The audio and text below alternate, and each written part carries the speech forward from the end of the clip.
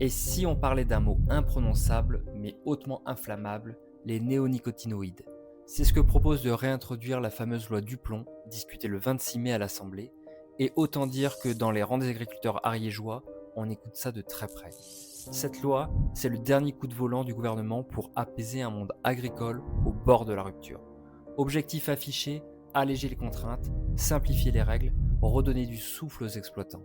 Sauf que dans les lignes plus discrètes du texte, on découvre une perle, une dérogation pour autoriser un insecticide interdit depuis 2018. Interdit pourquoi? Parce qu'il tue les abeilles, parce qu'il déséquilibre les écosystèmes, parce qu'il représente un risque pour la santé humaine. Mais le gouvernement répond oui, mais il faut sauver les betteraves. Et les députés majoritaires ajoutent c'est temporaire. Sauf que temporaire, dans la bouche d'un élu, ça veut souvent dire jusqu'à nouvel ordre. Les ONG montent au créneau, les apiculteurs crient au sabotage et les écologistes dénoncent une régression sanitaire majeure. Et dans certaines zones rurales, le discours passe. Mieux vaut un champ rentable qu'un champ bio en faillite. Et en Ariège, on est partagé. D'un côté, des agriculteurs étranglés par les charges, les normes, les importations low cost. De l'autre, une nature fragile, un territoire de biodiversité, des producteurs en bio qui peinent déjà à survivre.